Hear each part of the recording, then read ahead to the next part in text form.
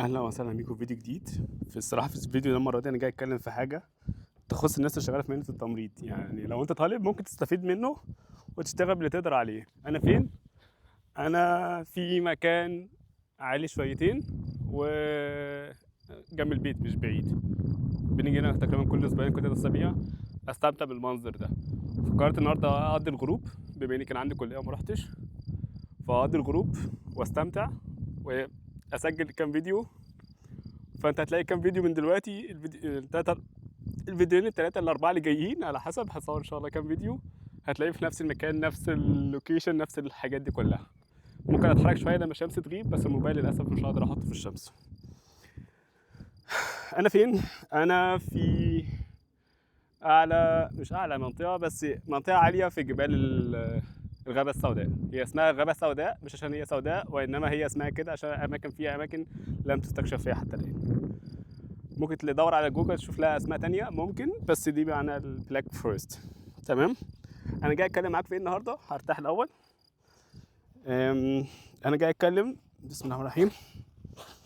أنا عندي مصليتي فيها مسند. يا ظهري.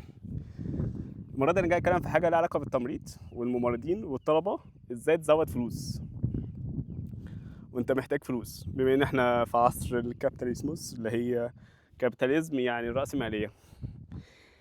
بص، في التمريض انك هتشتغل ممرض طول عمرك، عمرك ما هتبقى غني. رقم واحد مبدئيا، حتى لو اشتغلت كل يوم ممرض، يعني سوري، لو اشتغلت كل ساعه وشفتات ورا بعض، عمرك ما هتبقى غني.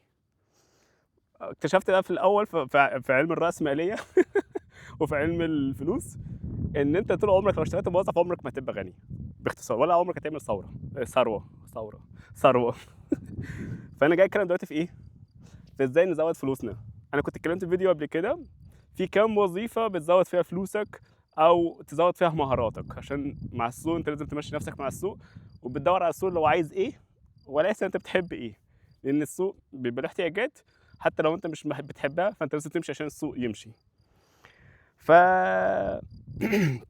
الممرض دايما بيشتغل طول الوقت، أو سوري بيشتغل في الوقت اللي هو عايزه. سوري، هو بيشتغل في النبطشات اللي هي مش عايزها برضه للأسف. سوري، هو بيشتغل في أي وقت هو مطالب فيه إن هو يشتغل فيه. ده حقيقة. فالممرض بيبقى له راتب ثابت له راتب ثابت، له وظيفة معينة، عدد شيفتات معينة يخلصها شكرا. اشتغل زيادة على حسب سياسة المستشفى هياخد فلوس زيادة أو هياخد مقابلها أيام أجازة. ما اشتغلش زيادة وعليه ساعات فلازم يشتغلها في يوم من الأيام، يا إما الفلوس هتقل. هي على حسب اللائحة الداخلية لكل مكان. في كتير مننا بيفكر، مش كتير قوي، بيفكر إن هو إزاي نزود فلوسنا، عايزين نزود فلوسنا أكتر. ففي أفكار حقيقية موجودة حاليا في الواقع بتاعنا حاليا وموجودة، وجزء منها عرفته من خلال شغلي في المستشفيات مع الوقت. في وظايف، في حاجات ممكن تعملها دلوقتي وانت لسه ومش مكلفه كتير. ففي مهارات مع الوقت انت ممكن تكتسبها وانت مش واخد بالك، مع الوقت تكتسبها وتلاقي نفسك بتديك فلوس زياده، زي اللغات ده ابسط شيء يعني. بس هنتكلم في كذا حاجه. أم، انت دلوقتي عايز تشتغل، انت شغال في التدريس. فانت لو انت بتتكلم مثلا حضرتك في الجامعه مثلا، او شغال في المعاهد، او مدرس في الكليه، او في المدارس التمريض، او في اي حاجه لها علاقه بالتدريس. زي لينا اخ يعني هنا في المانيا وما شاء الله دخل مجال التدريس ما شاء الله عليه، يعني ربنا يصلح حاله يعني.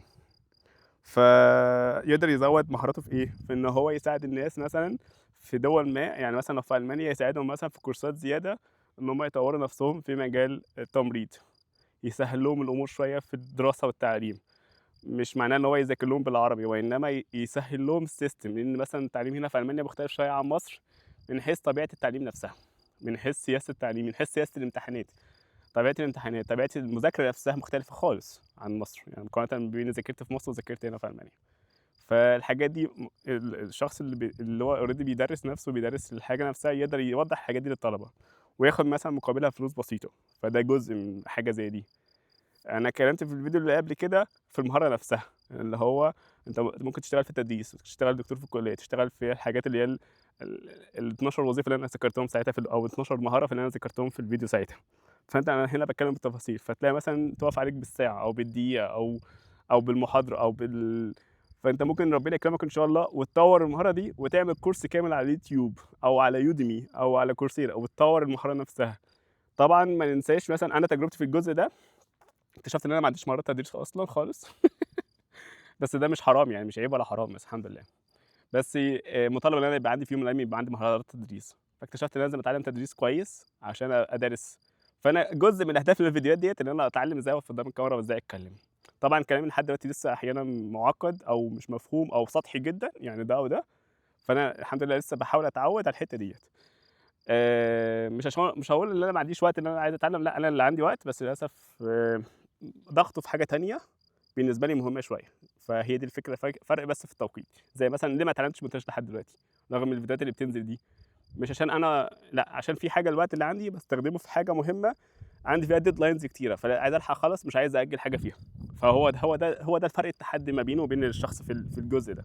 أنا غيري ممكن يكون معاه وقت ما بيستخدموش، فممكن يطوّر فيه المهارة دي.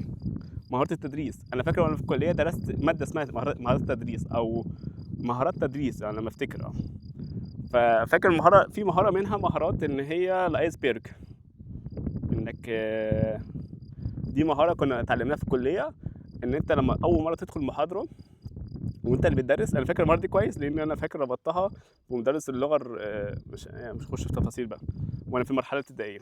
افتكرت إن هو عملها وأنا ما كنتش أعرف إن هو يعني هو بيستخدم مهارة الiceberg. ممكن تدوّر عليها الiceberg اللي هو الجبل التلجي. إن هو مجرد إن هو يكسر الحاجز ما بينه وبين الطلبة في الخوف والحاجات دي، فأنت مع الوقت الطالب بيذوب في الكلام على المدرس بتاعه وهكذا، فدي مهارة كويسة رائعة جدًا.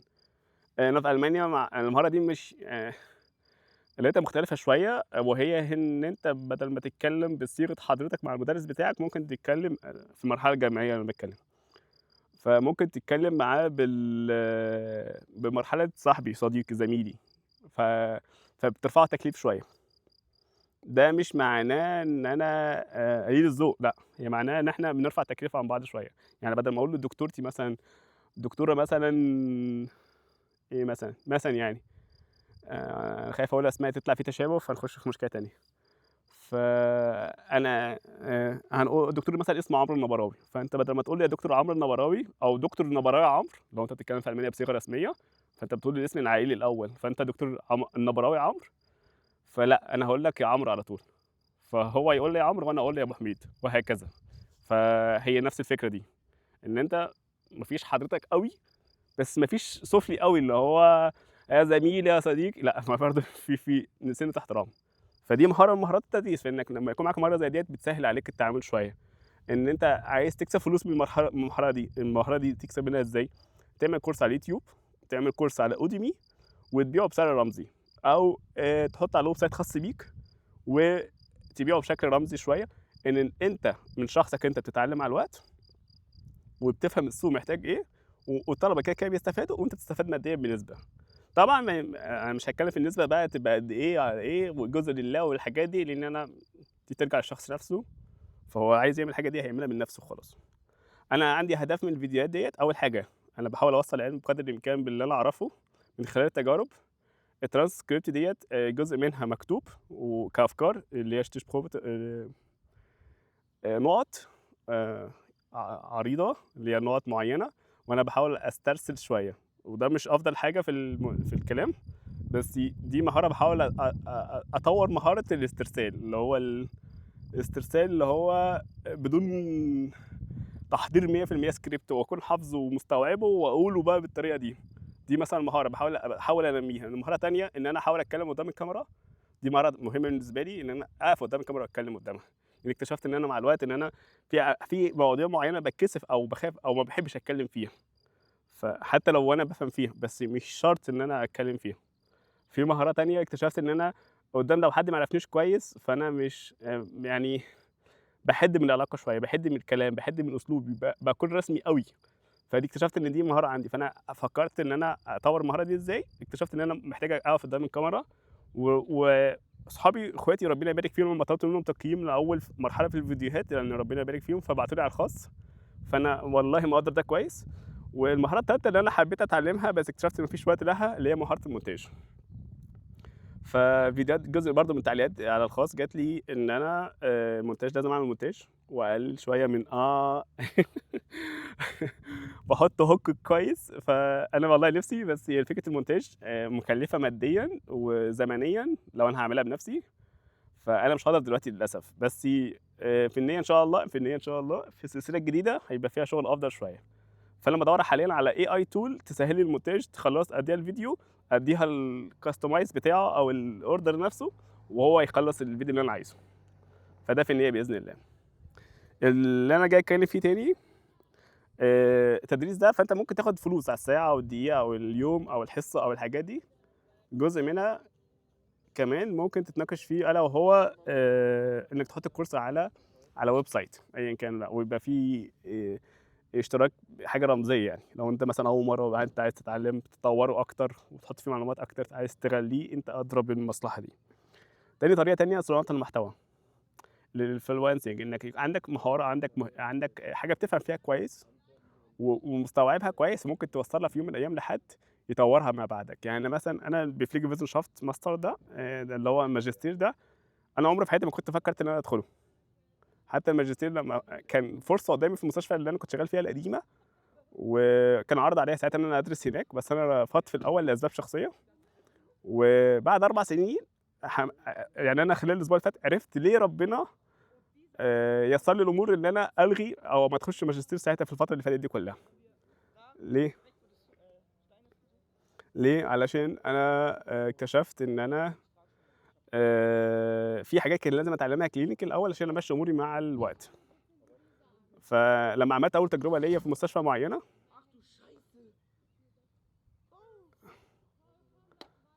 ففي تجربة من التجارب اللي أنا يا لهوي! في ناس حواليّا جري كتير دلوقتي حواليّا. ففي تجربة من التجارب اللي أنا مشيت فيها مع الحاجة نفسها، ألا وهي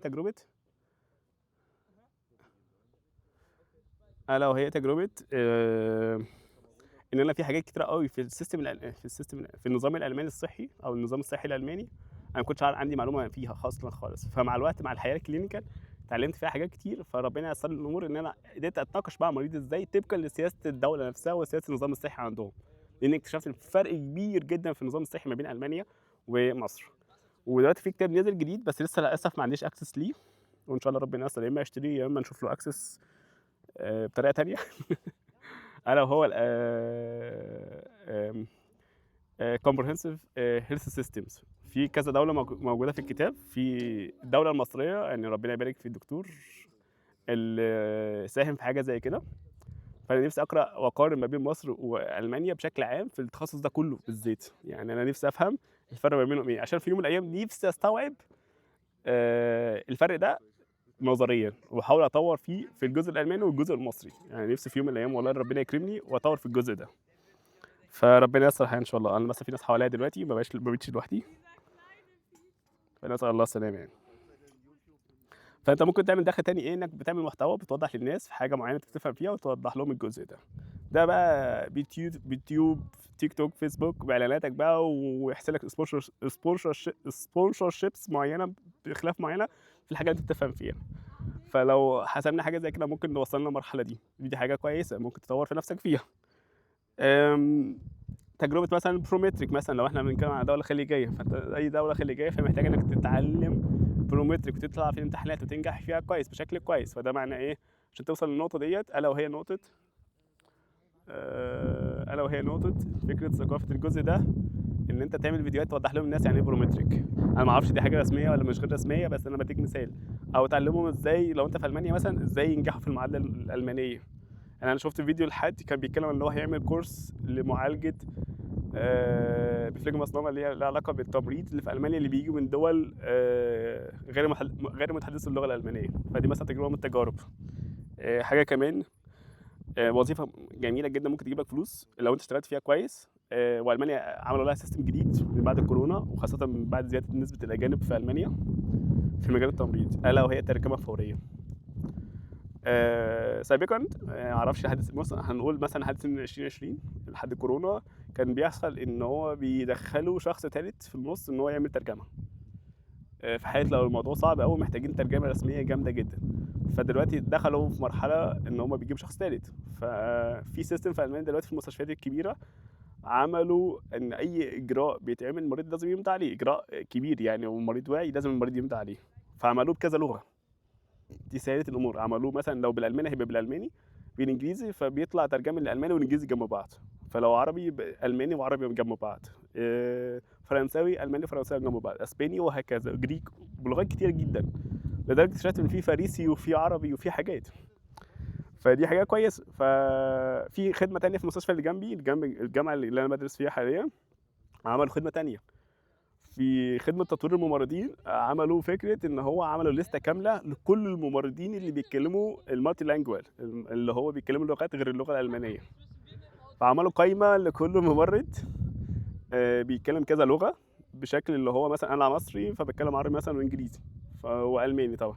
فأنت لو احتاجناك في العربي أو الإنجليزي مثلًا، بس الإنجليزي معظم الناس بتتكلم إنجليزي دلوقتي، فأنت لو احتاجناك في العربي وما حدش فاهم العربي بتاع الممرض اللي موجود في القسم، مثلًا كلهجة بقى عراقية وأنا مصري أو العكس، فأنت دي بتبقى صعبة شوية لو أنت في لهجات مختلفة. فقالوا لأ، فهم عملوا لستة كاملة للممرضين بيتكلموا لغات مختلفة. فلو احتاجوك مثلًا أنت كممرض وأنت في الشيفت مثلًا يخشوا على السيستم يشوفوك أنت في الشيفت والّا لأ، لو أنت في الشيفت يطلبوك مثلًا نُص ساعة والّا ساعة، وتاخد أجر محترم، تاخدها كبريمي أو تاخدها كفلوس زيادة يعني تاخدها في الساعة دي. فأنت دي مهارة أنت already طورتها، فأنت حاليًا دي مهارة على الlong term دي حاجة كويسة جدًا كلغات، وبتاخد فلوس منها. فدي دلوقتي موجودة applications وموجود video conference اللي هو فيها captions كتيرة جاهزة online يا دوب الكلام بس رايح جاي، فالأمور بتبقى تمام شوية. بس دي فكرة من الأفكار لو أنت طورت فيها شوية، ممكن تدخلها تكنولوجي شوية، تدخلها B2B business to business لو أنت ليك بتفهم في الbusiness شوية كbusiness development. فدي حاجة كويسة جدًا والترجمة بقى الورقية إكسترا دي حاجة تانية خالص. لو أنت دارس تمريض ومعاك كورس ترجمة أو دبلوم الترجمة والحاجات دي بتزودك في المهارات، فأنت بيديك تقارير تترجمها من لغة للغة، لو في مؤسسة مضطر تترجمها مثلًا.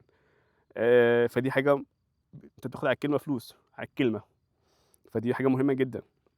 في بعد كده استشارات صحية، أنا فاكر في website مشهور في ألمانيا ومشهور بالألماني وبالعربي وبالإنجليزي، خدمة في برلين موجودة إنها بتساعد الناس لو هي جاية تتعالج في ألمانيا أو تتعالج في سويسرا. بيتكلموا عربي وإنجليزي وألماني وأوكراني وأسباني على ما أفتكر. فدي مهارة أنت لو طورتها تعمل لنفسك بروفايل كويس مثلًا على upwork أو على LinkedIn أو بتسيب الكارنيه بتاعك في أي مكان في أي مؤسسة وتطور نفسك منها، تعمل لنفسك ويب سايت وتوص وت وت وت وتسوق لنفسك SEO اللي هو search engine optimization وتطور نفسك في المهارة ديّة. ممكن تشتغل ساعتها بقى freelancing أصلًا extra SEO specialist. فأنت دي حاجات دي كلها أنت بتطور نفسك واحدة واحدة في حاجات كتيرة لها علاقة بالتمريض، ممكن تجيب لك فلوس في يوم من الأيام لو أنت ركزت فيها. أنا باقول الكلام ده كله عشان المعلومات دي أنا عندي نظرية، أنا ما عنديش مهارة في الحاجات دي كلها مع بعض، ده مستحيل إن أنا يبقى أنا شخص وِحِش لإن الحاجات دي كلها بتاخد وقت ومجهود في إنك تتعلمها أصلًا وتكون متفوق فيها. فأنت ما ينفعش تجيب واحد من الدار للنار اللي هو فاهم كل حاجة وحافظ كل حاجة، فده حاجة مش منطقية أصلًا يعني. طبعًا أنت كممرض في ألمانيا ممكن تشتغل حاجة physical شوية، اللي هو إنك تشتغل mini job أو name job أو 3 أرباط فيرما دي تشتغل ممرض، بتبقى أعلى من الممرض اللي شغال في مكان ثابت، لو أنت شغال 3 أرباط فيرما. أو بتشتغل ممرض mini job مثلًا في مكان مثلًا يومين في الشهر أو 3 أيام في الشهر، وبتاخد لها رقم كويس متعارف عليه ثابت يعني في ألمانيا، بدون ضرايب بدون أي حاجة. فأنت لو أنت عندك المهارة ديّة إنك تشتغل في مكان ثابت أو تعرفه كويس، فدي حاجة كويسة جدًا. فأنا جاي لك في كذا طريقة تقدر تزوّد بيها فلوسك وأنت من بيتك أو من المكان اللي أنت بتشتغل فيه أو في مكان تاني أنت تشتغل فيه إكسترا.